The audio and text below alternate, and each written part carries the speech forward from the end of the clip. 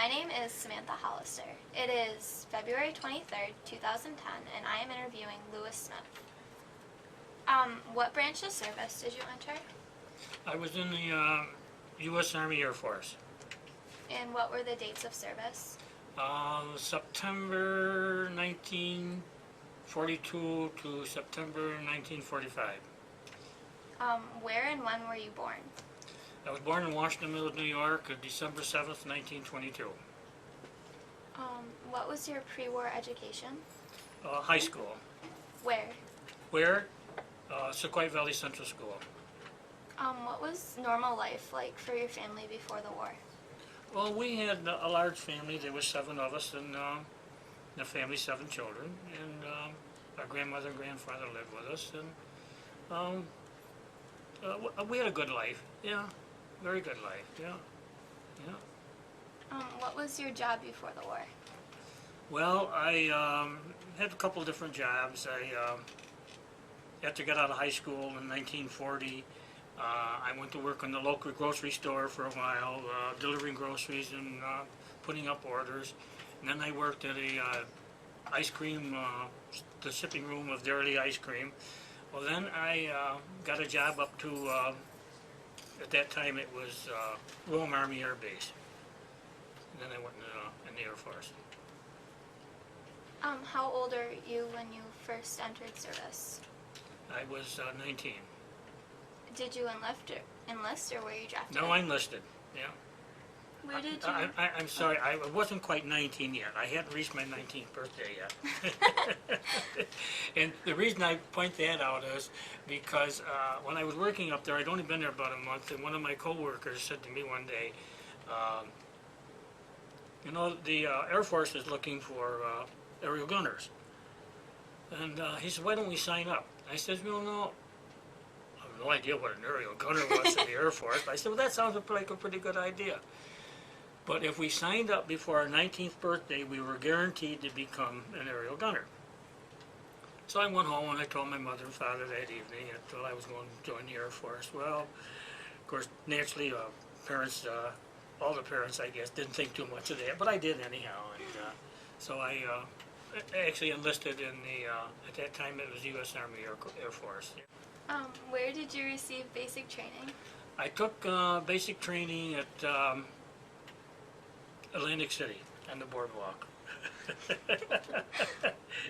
And first I went into Fort Dix, and I was there for a short time. Then I got assigned to basic training at Atlantic City, and we stayed in the big hotels they had taken over. Of course, they had stripped them of all the good furniture and tables and chairs and everything else. And at that time, basic training in the Air Force was only 18 days. And maybe you got the 18 days in, or maybe you didn't. Well, I had only been in the Air Force a month to the day when I got a telegram my father had passed away. And I come home on emergency leave to my father's funeral. And then when I went back, my orders had been come out that I was to go to Fort Myers, Florida, to gunnery school. So I really didn't finish much of my basic training because I spent almost a week at home during that 18 days, and then so then I shipped out to, as I say, to Fort Myers, Florida for gunnery school. And in gunnery school, we had training on with all kinds of guns, starting with BB guns to machine guns, and actually did some flying. Well, then after the gunnery school, then I was sent to Denver, Colorado, to another school, at what they call armament school, to learn more about machine guns and more training. And then while I was in gunnery school, I had a couple of them. While I was down in Fort Myers Gunnery School, I met this fellow here who was Jack Ryder, who was from Waterville. Well, now I'm from Washington Mills, New York, and he's from Waterville, New York, which is 13 to 15 miles away. And then we went to Denver, and school was at different shifts. And I was on the afternoon shift from, say, 2 to 10 or whatever it was. And I never saw him again all the time I was there until I got down into Tucson, Arizona, assigned to a bomber crew. And I met him in Tucson, Arizona, and we lacked one more, gunner on our crew, and I talked to the pilot. I asked him if he couldn't do something about getting my friend assigned to our bomber crew, which he did, and we spent the next year and a half together on our bomber crew. Wow. Yeah. All right, and I'm gonna bring it in a little bit. Yeah. Can you see it? If you need another copy, you can have that. Oh, no, we've got the other Okay, one. all right, But we okay. wanted to, We were both assigned to this bomber crew, and we trained in the south and southwest until towards the start of the summer of '43. And then after we got done with our training, we was sent over to the South Pacific and joined the 13th Air Force. And then I started doing my combat duty, which was for about 10 months. And we flew altogether, I flew a total of 50 missions, combat missions. And when we weren't flying combat missions, we were doing other duty, like what we call sea search, where we would go out looking for the Japanese shipping, down flyers, airplanes, or anything we could find on the water.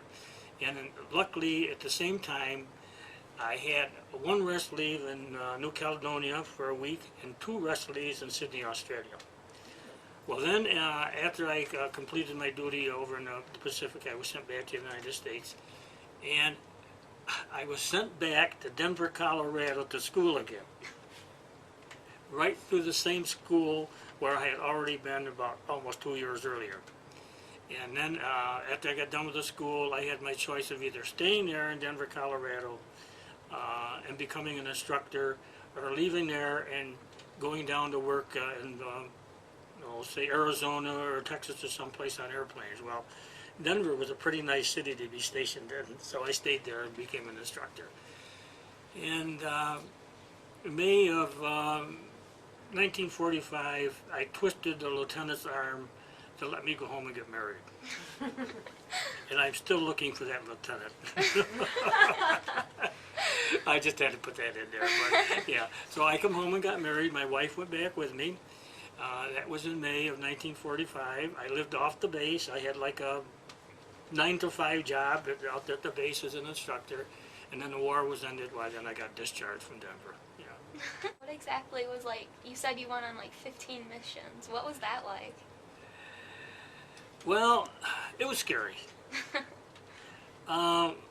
One thing, being in the Air Force, we had a little advantage over the Marines or the ground crew or the ground army that was on land. We had good facilities, we lived in a tent, and our food was not like mother's cooking at home, but it was good, you know, and we had a good place to sleep at night, a place to take a cold shower. A lot of people ask me that. Said, weren't you scared? Well, yes, we were scared. But at 19 years old, you didn't think of that. We had a job to do. We got in that airplane and took off and completed our missions. One thing about being in the Pacific, we flew long missions, 10 to 12 hours. But we were only over the enemy, what we were bombing, for maybe 15 minutes at the most. Then we turn around and come back. We didn't have anything else to do, just look to see if anybody was following us or something like that. We're over in Europe. From the time that those fellows took off from their air base in England till the time till they got back at it, the Germans were waiting for them. And we didn't have that problem. As we approached the target, yes, they would come out to meet us and fire at us and stuff like that, trying to shoot us down at the same time we're trying to shoot them down. But it only would last for, say, roughly 15 minutes to the half hour at most. And then by that time we're headed back to our base. They were running out of gas and they got to go back to their base. So there was advantages, as I say, even though there were long missions over water. And if you crashed into the water, very, very slim chance you would survive. Because that B-24 airplane wouldn't float very long, and you didn't dare bail out, because if you bailed out, if there was a Jap fighter anywhere near you, he would strafe you and try to shoot you down. And so very, very few people made a crashed water landing and survived. A few of them did, yes, they got to an island, and maybe a week or two later were picked up by the Coast Guard or someplace, but As I say, we didn't, now that you think of it, but at that time you didn't think of it that way. No, we were there to do a job, and that's what we did. Yeah. Did you get to see like a lot of the world and different places? Well, as I say, yes, I was in Hickam Field in Hawaii for 18 days while they were working on our airplane. And then we landed a lot of different islands down there. Maybe stayed overnight on some of them. And as I say, I went to New Caledonia once, and New Zealand, and Sydney, Australia twice. Yeah, and New Guinea, different islands. Yeah, I saw quite a bit of the Pacific. Yeah. I didn't get anywhere near Japan because that was another Air Force in another part of the ocean, or part of the Pacific. Yeah. I had a chance really to go back overseas after I had got reassigned to Denver. There was the school that I was originally in, the B-24 school. They closed that and opened up a B-29 school, and I was instructed to B-29, and they were looking for,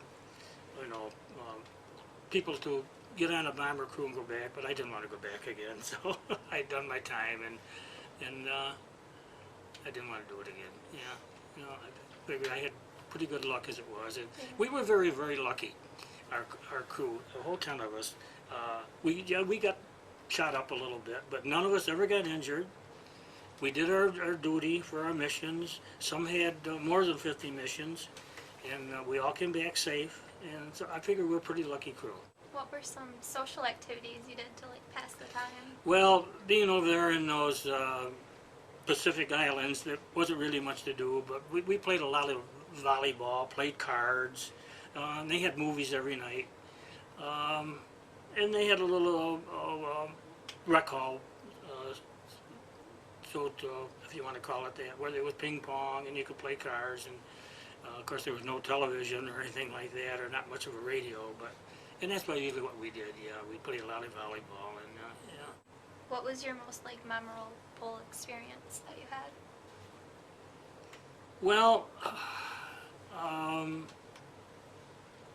that's hard to say. The 6 enlisted men,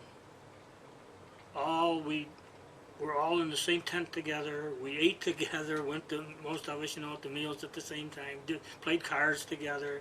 And the 4 officers, they were in their tent. And,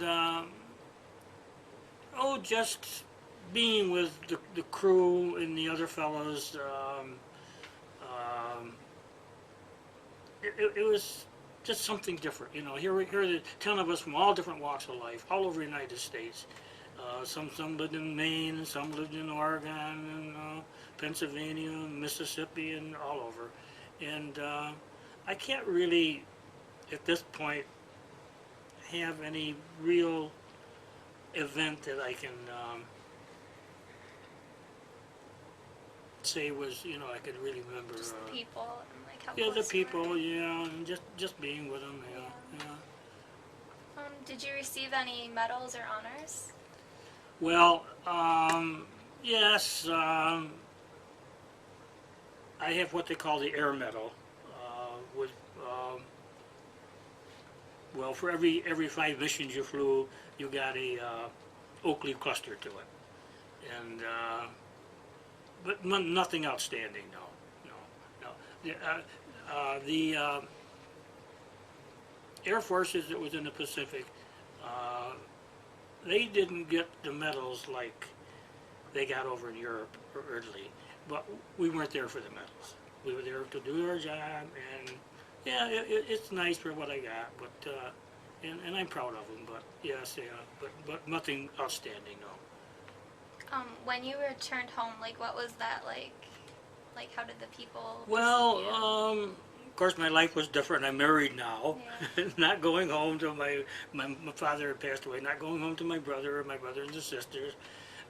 We lived with her parents for a while till we got our own apartment, and now trying to find a job.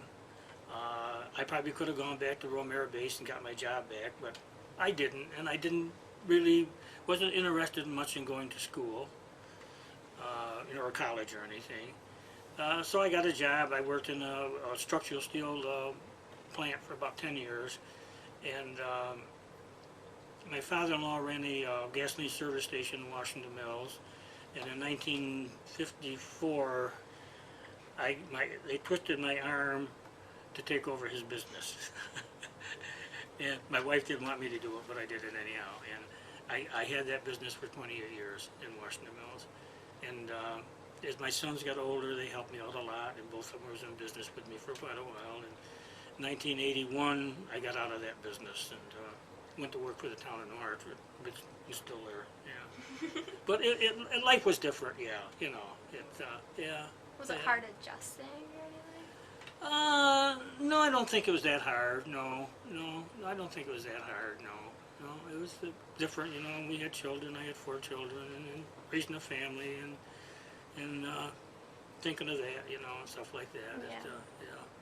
But no, I didn't have any problem adjusting, no. How did the military life change or influence your life? I liked the military. I could have stayed in. I think I could have, yeah. And I really liked that routine of being told what to do, when to do it. and you know, I really did. A lot of people hated it, but no, I liked it, yeah. And I think I had a different outlook by being trained, you know, and told what to do for a while, you know. But after we got on a crew, and we didn't have all these duties like KP and stuff like that. I never had KP all the time I was in there. I missed it. And that's kitchen police, by the way, you know. Yeah, you know what it is. Yeah. But I remember in Fort Dix, the basic training, where I wasn't even started basic training yet. These fellows would come back at 10 o'clock at night, and they were just about dragging. They'd been working in the kitchen and washing the big pots and pans and everything, you know. Those guys were really sacked out, you know. But I was lucky; I never had any of that. No. But I liked the military life. Yes, yeah, being told what to do, when to do it, and you know, and after after we got overseas, we wasn't that strict. As long as we did our flying and what we were supposed to do, How'd you keep in touch with home? Letters, and they had what they call V-mail, not like the computers, but yeah, just write letters, yeah. And what was basic everyday life like once you got overseas? Like you said about the food and the supplies. Well, we didn't fly every day, and when you weren't flying, you'd go out to the airplane and you would clean your guns, you know, because you just fired them maybe the day before, and you'd have to clean your guns, and or maybe we would go flying maybe for just a training mission, and maybe just make sure the airplane was working all right, you know, running all right. And as I say, do these sea searches, we call them, where you go out, maybe you'd be out there for about 10 hours, flying back and forth across the ocean, just looking for anything that was out there that shouldn't be there. And then when we weren't doing that, well, we could do whatever, go swimming in the ocean, and play volleyball or play cards or go visit other friends. Like I you know, had a lot of friends that I had became very friendly with, and You said you entered September of 42, right? So you were after the Doolittle raids, because those happened, didn't Doolittle happen right immediately after the bombing of Pearl Harbor? yes, yeah. Okay, so, but you were, I'm assuming you took off on an aircraft carrier, right? Us? Yeah. No. No, you didn't? No, the bomber. No, Okay. we had to take off from a landing field. Okay, so Yeah. where was your landing field then? Well, it all depends on where we were. Okay. When we started out, what we would work at after we got over there, we were assigned to. We nickname of it was Buttons. It was Espirito Santos at that time. Now it's a different name, that island. And from there, then we went to Guadalcanal. And then we were in combat for six weeks. And then we rotated back to the rear area, and that's when we got our rest leave and did some more training, films and flying and stuff like that. And then as they kept on taken over the islands there, then we'd move up. Then we moved up from Guadalcanal to another island. And then we'd go back to Guadalcanal. And we went back and forth from one island to the other, yeah. And we were in the Solomon Islands area, really, that's what we was in. And that's in the South Pacific. The Pacific was split up to 3 sections. There was the Central Pacific, South Pacific, and Southwest. And there were 3 different air forces. The 7th Air Force was in the Central Pacific. We were the 13th Air Force, and we were very, very small, by the way, compared to these other air forces. And we had 2 heavy bomber crews, so a few fighters, a few... oh, I got another little thing I got to tell you. When I, back home in Washington Mills, there was a very, very good friend of mine. Him and his brother both only lived 3 houses from us. Well, he went into the Air Force, and he was a B-25 pilot. And when we were landed at Hickam Field on Honolulu there to have some work on our airplane, I sat out there in the bunk one day, and I got talking to this fellow bunk next to me, and you know, well, where you're from and what outfit or something like that, and I'm so-and-so. I said, gee, I got a good friend that's in your outfit. He's a pilot. What's his name? I said, Wadsworth, Sherwood Wadsworth. He said, well, he's here on the base. He says, you got to be kidding me. No. So then they went out, and of course, that was quite a base that in Hickam Field. You know, they had regular streets there and everything, you know, and paved roads and everything. And if you wanted to ride, you stood on the corner, and this Army truck came by and stopped and picked you up. Well, if you wanted to get off, say at the next intersection, you tapped on the roof, and he would stop and let you off if he wasn't going to stop. So now I'm riding in the back of this Army 6x6 truck, and I looked over on the sidewalk, and there's my friend, Lieutenant Sherwood Wadsworth, walking down the street. I tapped on the roof, jumped off, ran over, saluted him. And he said to me later, he said, I wonder who the hell that guy was that came running across the street and saluted me. And here we are, how many miles away, you know, 6,000 miles maybe or something like that, or 5 anyhow, 5,000. And neighbors from 3 doors away, and though I spent the afternoon with him, and the next day he was taking his airplane up to test it. He let me go up and fly with him, and let me sit in the co-pilot seat, which our pilot and our crew never let us do that. And then he left, and one day he came to visit me. He was on the Russell Islands, I was on Guadalcanal, and they were quite close together, and he had to come over to Guadalcanal, and he came to visit me. Well, then, when I was in that Espiritu Santos, which is the New Hebrides, by the way, and it's a different name now, our church back in Washington Mills would send a newsletter out.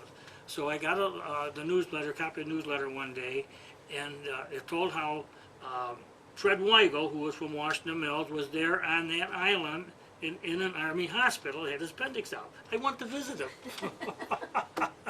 I come back from Sydney, Australia one time, landed at Townsville, Australia, and visited Fremont Lockwood from Washington Mills.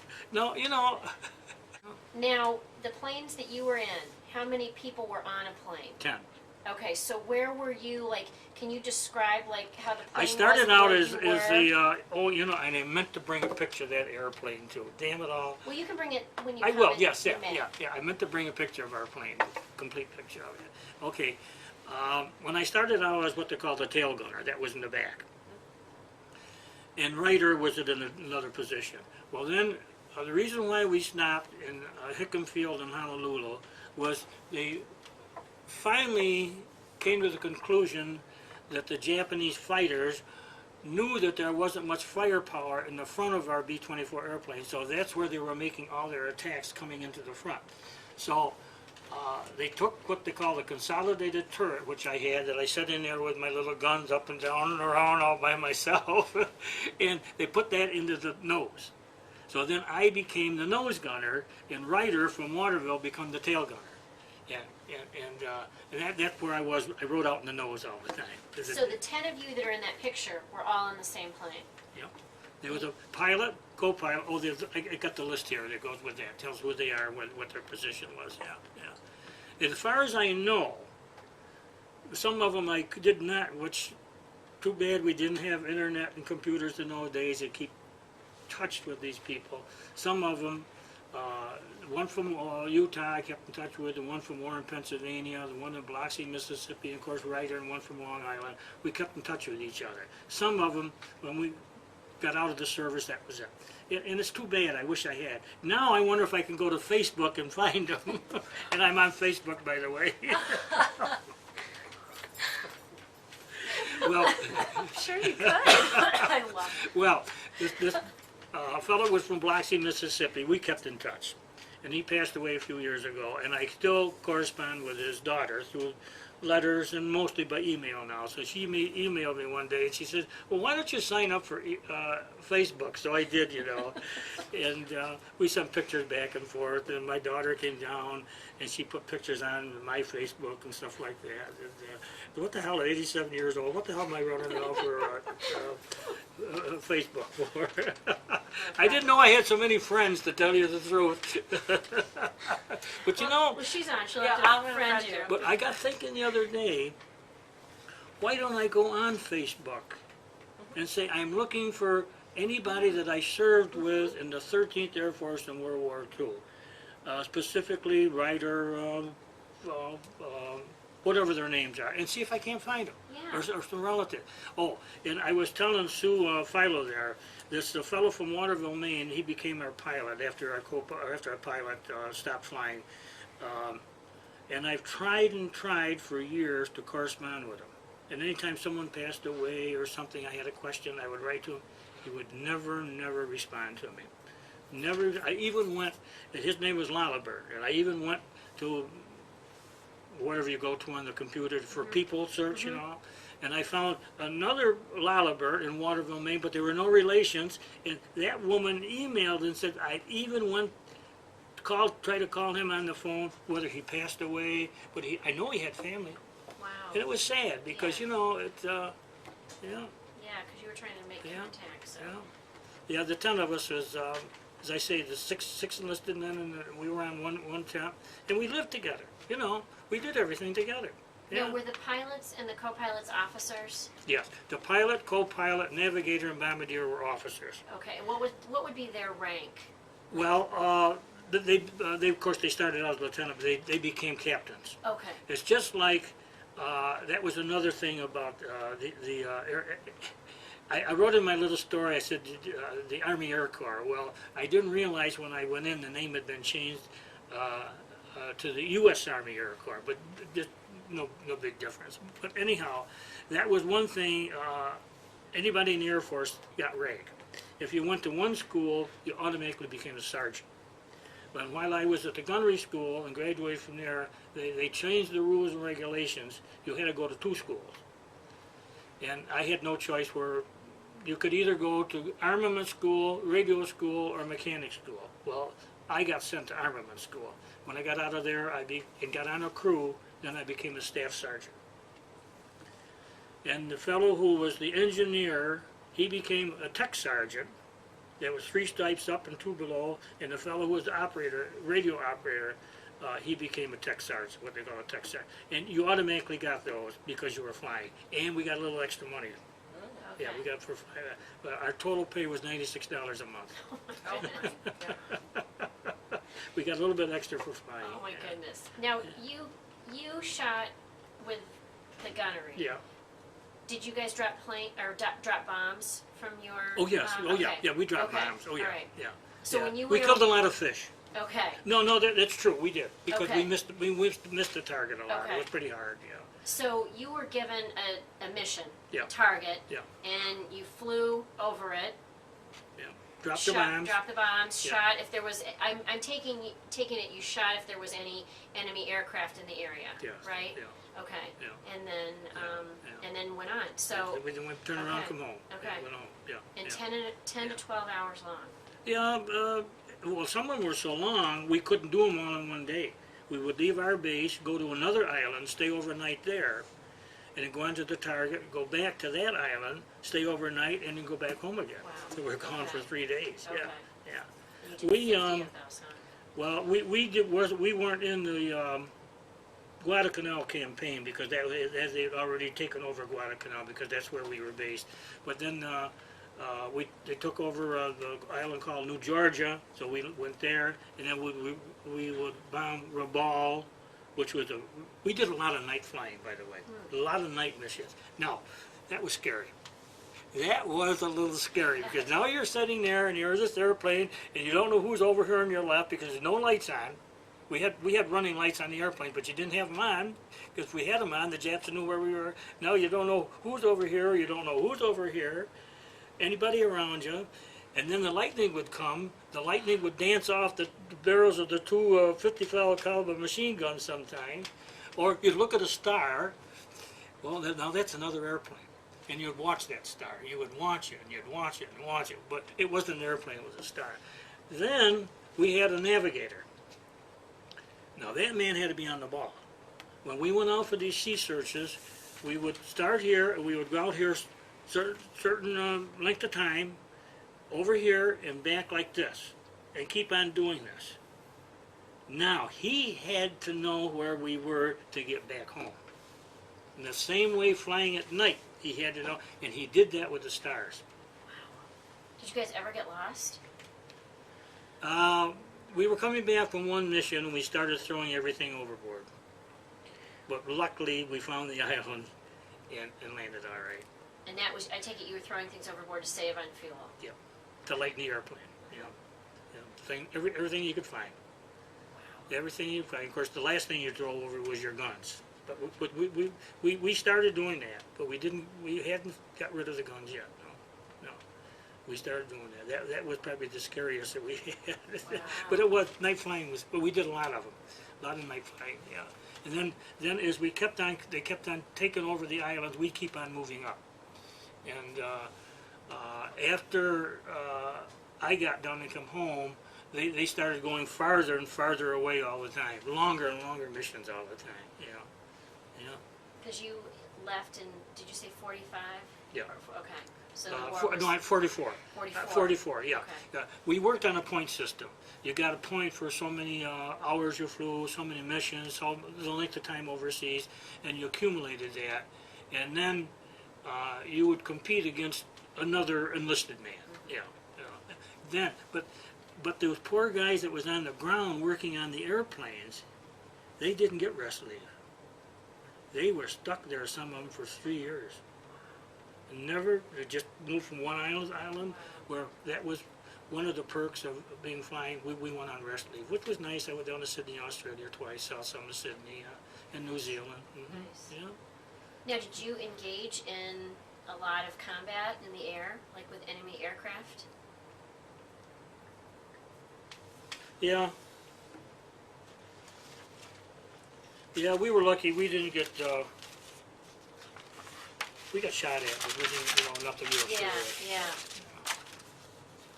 And then I also wanted to know too about you teaching in Denver. I taught machine guns. Okay. Yeah. So was it like a Top Gun kind of school? I mean, they learned everything about Well, planes yes, yeah, and everything? yeah. Because I was trained in machine guns. Mhm. That's what I taught.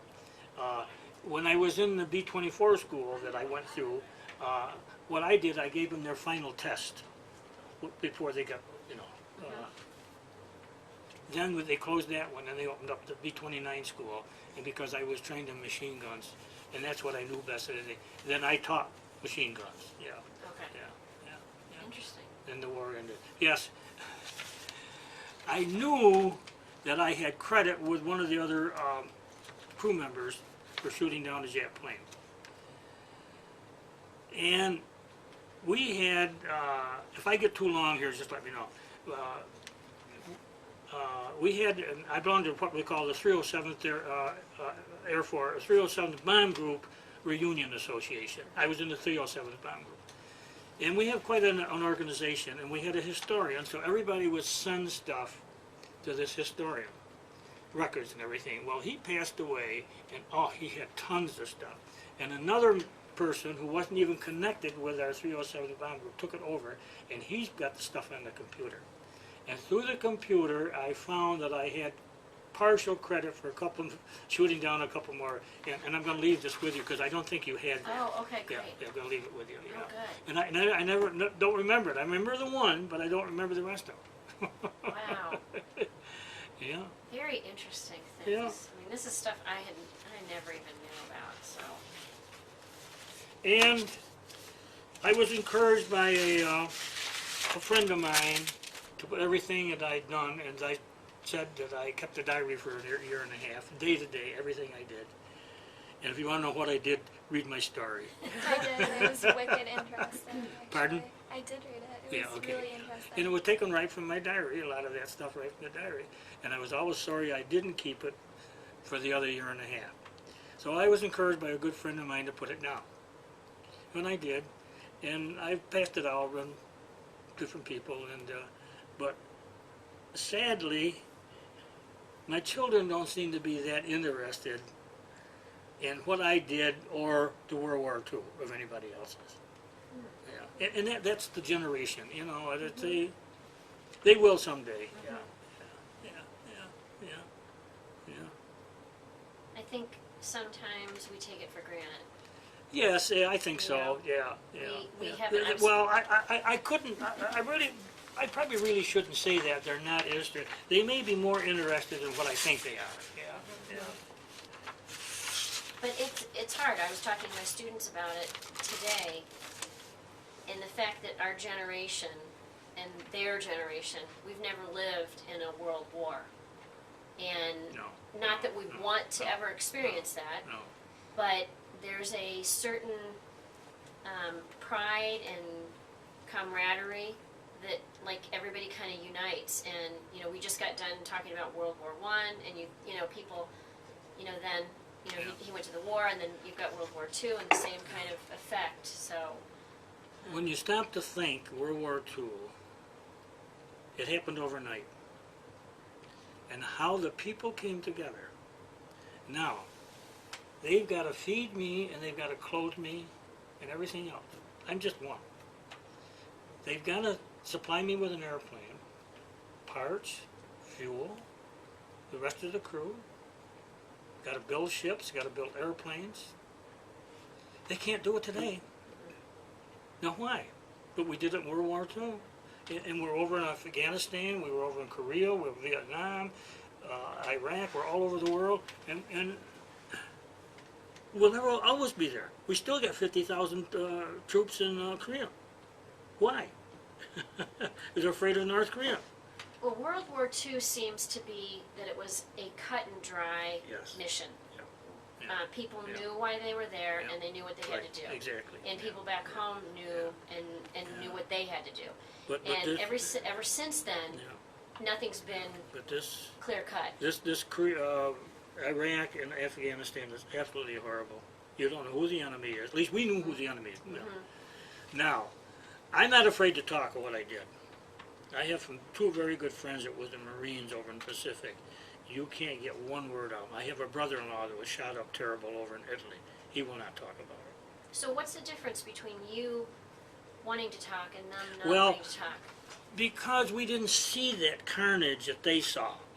Their buddies getting killed, shooting into the Jap with a gun and killing him, you know, knocking him out of a tree or something. We shot at a plane, you know, saw him go down if we hit it. But we really didn't think that much of it, I guess, at that time. Where in those guys, their living condition was absolutely horrible. I've read a couple of books about over there in the Pacific, the wars there, and they were absolutely horrible. Yeah, yeah.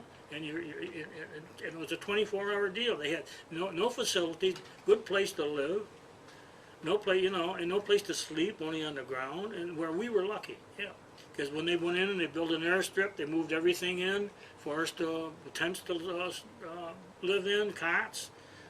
Food, kitchen, and everything else, laundry. They even could get our laundry done for us. And Wow. but guys that was in the infantry or the Marines, they didn't have those privileges like what we had, and they were stuck there. You know, and they will not talk about it. You know? But I like to, and this is why I put it together. I like to, and another reason I did it, I want people to see the difference between how we operated in the Pacific and how they operated over in Europe, which is a whole completely different type of an operation. Yeah, completely different. Now those fellows over there, it was fine. If they flew if they could complete 25 missions, they were done. And most everybody that was in Italy and the 15th Air Force or the 8th Air Force in England got what they call the Distinguished Flying Cross, which was fine. But we were under the control and command of the Navy. And everything that was done, the Navy got credit for it, which was fine. I don't care. As I say, I didn't get the DFC. It don't bother me a bit I didn't get it. No, I don't care. I did my job and for what I was trained to do, and so okay, yeah, don't bother me a bit. No. Do you have anything I can look hog No, actually, you do a lot of the human side of it too. Sorry. Oh, that's good. She usually does the human side, I do the historian side, so. You have a lot of it covered. Now you enlisted on your own, like you Yeah. signed up. Yeah. So that probably, from the different stories we've heard, that probably was the thing to do rather than wait to be drafted. Because then you obviously had the opportunity to do what you did, Yes, and yeah, had you yeah. waited and been That- drafted, you no, might no, not no, have had no, that. no. Now, the fellow who talked me into this when I was working up the Rome Air Base, before we got sworn in, he got drafted. Now he's the one that talked me to going into the Air Force and becoming an aerial gunner. And before we got sworn in Albany, he got drafted. He tried and tried to get transferred to the Air Force, and they wouldn't do it. Wow. And because I had experience working in a grocery store, and I had experience working in the shipping room with dirty ice cream, they wanted to put me in as a clerk. I says, no. I enlisted as an aerial gunner, and that's what you got to do. Now, when I went in first, there was fellows going to gunnery school, one school, going to Europe, getting wounded, and back to the States just like that, before I ever got out of school. Wow. Yeah. But I'm not sorry I did it. No, not sorry one bit. No, Okay. no, and I think you're right, because I don't think I could have handled on the ground in the infantry. As I say, my brother-in-law got shot up terrible, and he's all crippled up today, and I just feel sorry for him. But he never complains. And some of those battles that those people were in over there in Europe in the wintertime and over in the Pacific, yeah. So I feel as though I was lucky and had an easy life for the 3 years I was in the Air Force, yeah. Yeah, and I liked it, yeah, I really did, yeah. Of course, I was young and, yeah. Well, this was great. Do you want to wrap it up, like, officially, like, thank you, that, so it's on tape? Thank you. Well, you're quite welcome. That No, I was enjoyed really doing it. Yes, awesome. enjoyed it, yeah, yeah, Thank you very much. yeah. Enjoyed it very That much. was great.